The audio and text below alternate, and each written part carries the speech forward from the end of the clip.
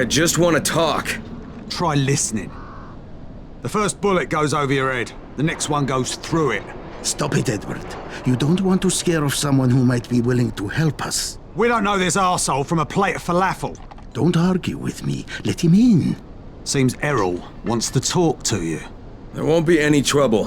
Do I look worried? Scared to death. He's perceptive. Come in, come in. I'm Erol. Kyle Crane. This is my niece, Salia, and her son, Aaron. Do forgive Edward, but he's completely right to be worried. We're being pursued by some very ruthless men. There's something oddly familiar about you. There should be. The campaign spent a lot of money putting my face all over town. Of course, you're Erol Asani, governor of the province. Governor of nothing, but Rise has decided that any political figure is a threat to him. So he's ordered my execution. They nearly killed me once already. That's how I lost my leg. And it seems they haven't given up. A squad of his thugs has tracked me to my last safe house in the slabs. Edward was just there. He says they're searching the area. It's only a matter of time before they show up here. Sounds like you got quite a problem.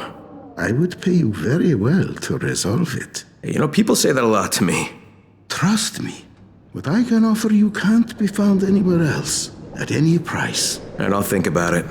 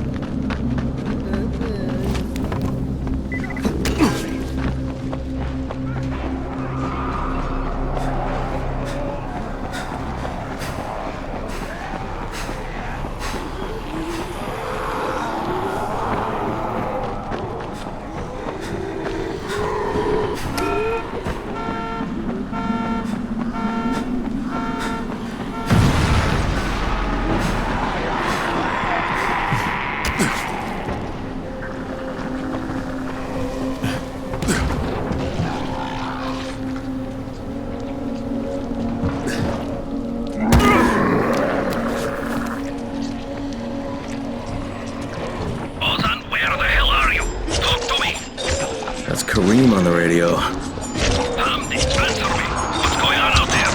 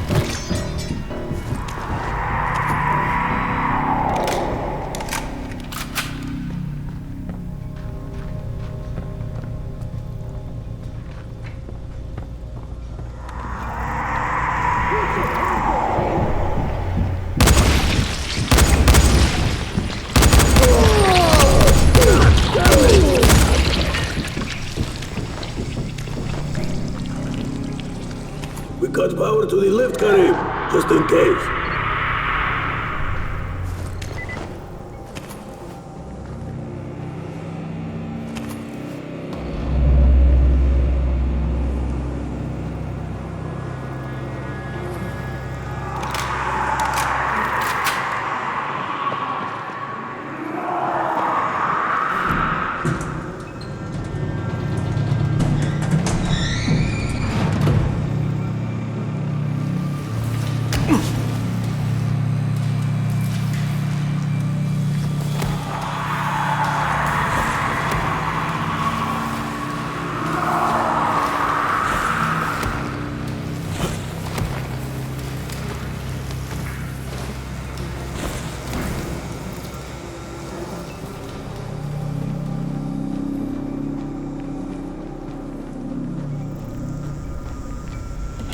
Karim, it's Crane. Drop your weapon or you're dead. What the hell's your problem? This doesn't concern you. Sorry, Karim, but Erol Asani is my concern. You're working for him? You're a fool. I was his bodyguard, okay?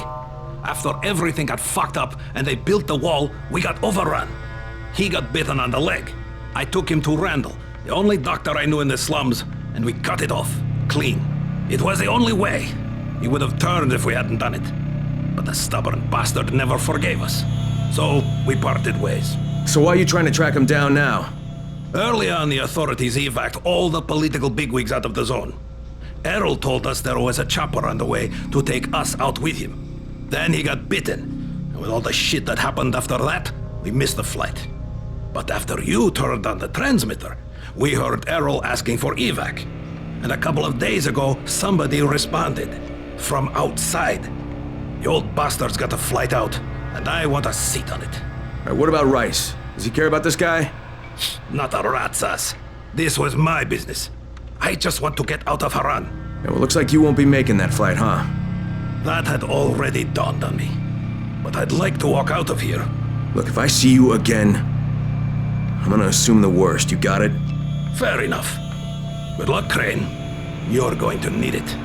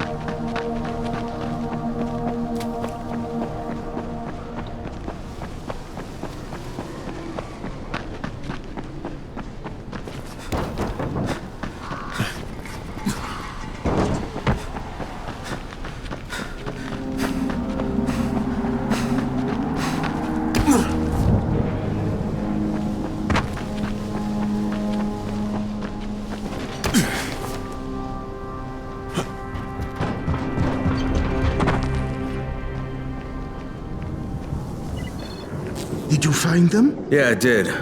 Kareem's take on losing your leg was a bit different than yours.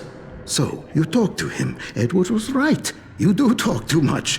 You should leave the talking to people like me, and I'll leave the killing to people like you.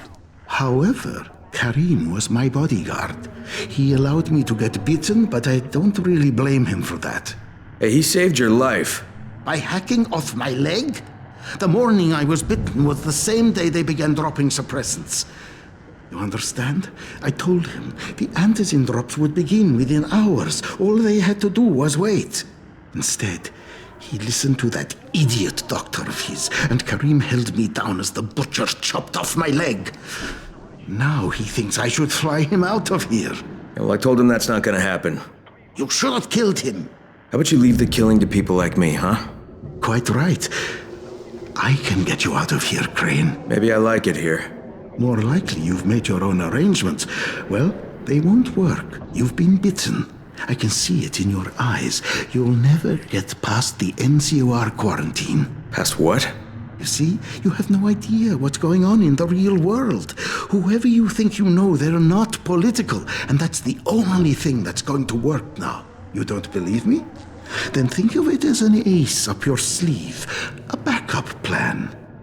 In case you haven't noticed, things don't always work out the way they're supposed to in this town.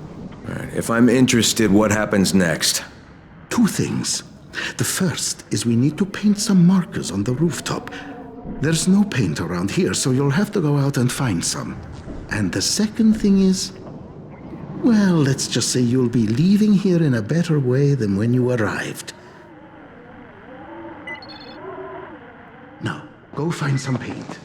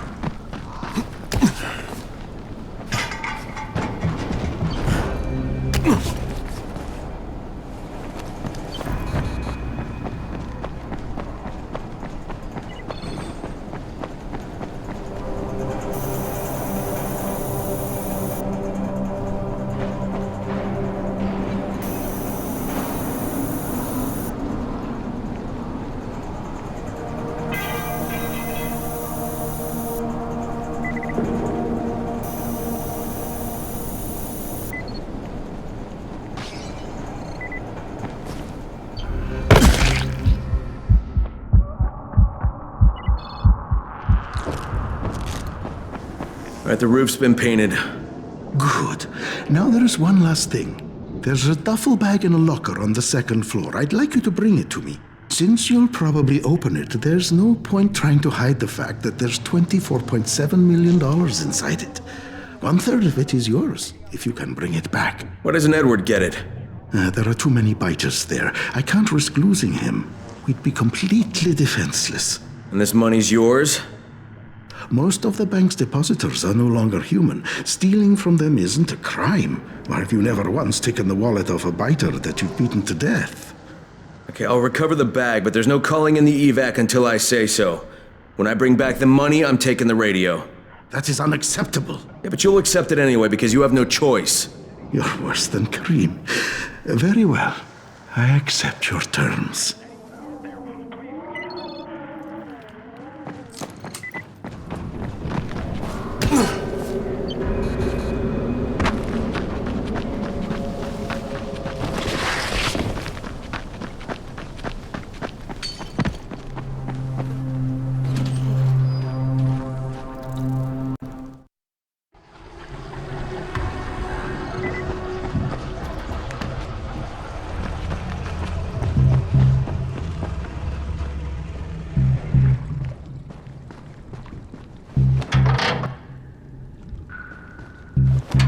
Empty, of course.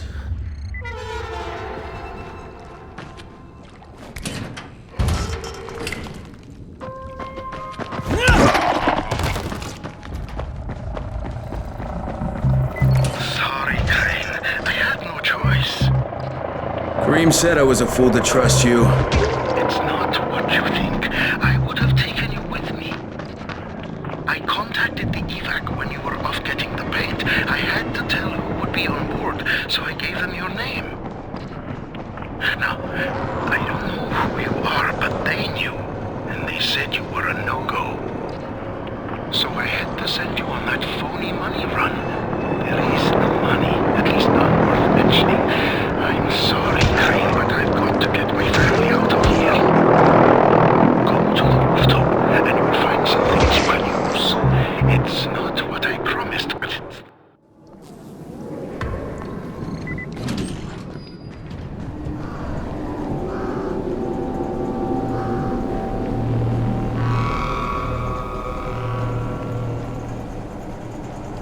Hello, Crane. How's your day been? Hey, I thought we had an understanding. I think we have a better understanding now. But if you want to shoot me, Another time, maybe. he did leave you a few goodies. I was going to nick them, but I thought, no, Crane's earned them. Let him have them. Well, you're almost okay, Kareem. Almost. Until next time. Good luck, Kareem. Exactly.